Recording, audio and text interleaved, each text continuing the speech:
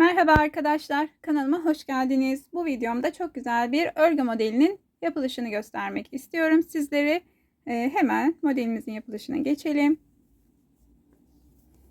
Bu göstereceğim modeli battaniyelerde, yeleklerde rahatlıkla kullanabilirsiniz arkadaşlar. Bu modelimize zincir çekerek başlıyoruz. Ben bir miktar zincir çekeceğim.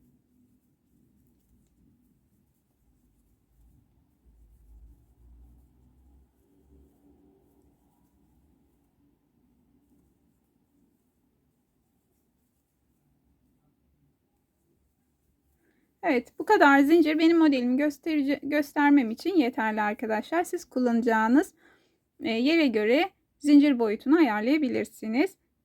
Öncelikle tığımdaki ilmeği biraz geniş tutuyorum. Sonra yanındaki zincire batarak tekrar ilmek alıyorum. Tekrar alıyorum. Toplamda 6 tane ilmek alıyoruz. 4, 5, 6 ilmek aldım. Şimdi bütün ilmeklerimi tek seferde topluyorum. Bu şekilde zincirle bağladım. Tekrar tığımdaki ilmeği biraz boş tutuyorum. Sonrasında bakın şuradaki zincirin arasından bir tane ilmek alıyorum. 2 oldu. Bakın şimdi buradaki arkadan bir ilmek alıyorum. Sonra son battığım ilmeğin dibinden bir tane alıyorum. Şimdi zincire geçiyorum. Zincirden 2 tane zincirden ayrı ayrı ilmek alıyorum arkadaşlar. Tekrar tığımda 6 ilmek oldu. Yine hepsini topluyorum. Bu şekilde zincirle bağladım. Tekrar tığımda ilmeği uzun tutuyorum. Zincirden bir ilmek alıyorum. Şuradaki bakın bu arkadaki son ilmeğin arkasından bir tane alıyorum. Sonra hemen dibinden bir tane. Şimdi zincirden 2 tane alıyorum arkadaşlar. 2 zincirden ayrı ayrı topluyorum. Bakın modelimiz bu şekilde oluşmaya başladı. Bir tane daha göstereceğim.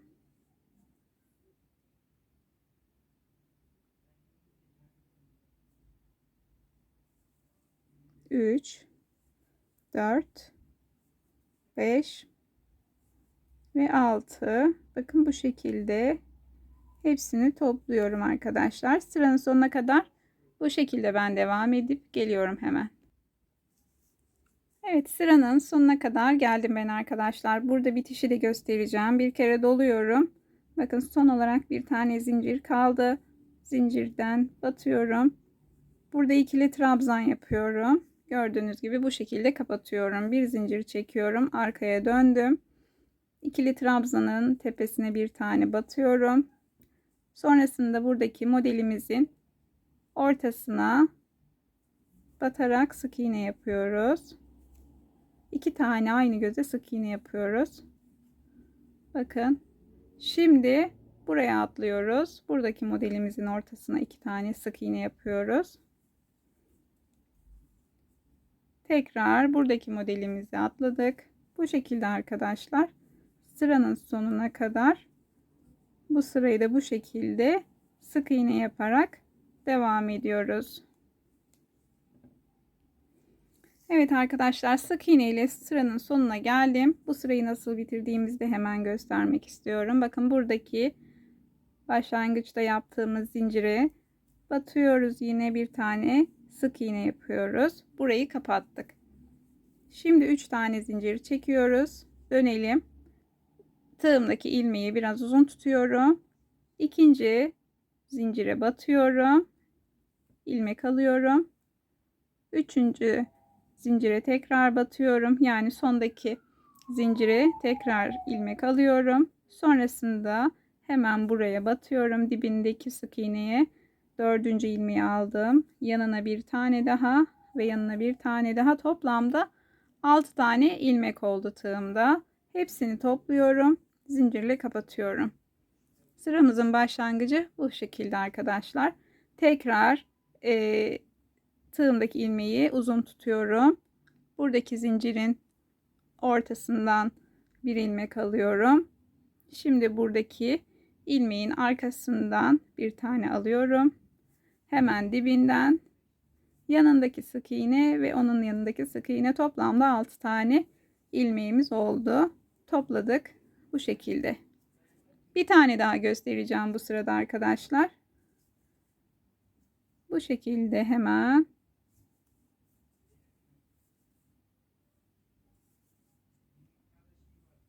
evet, sıra sonuna kadar arkadaşlar bu şekilde yapacağız. Arka sıraya döndüğümüzde sonraki sıra yine aynı şekilde sık iğne yaparak geri döneceğiz. Modelimizin işleyişi bu şekilde devam ediyor arkadaşlar. Ben daha önce büyük bir parça örmüştüm. Hemen onu göstermek istiyorum. Bakın arkadaşlar, büyülmüş hali bu şekilde oluyor.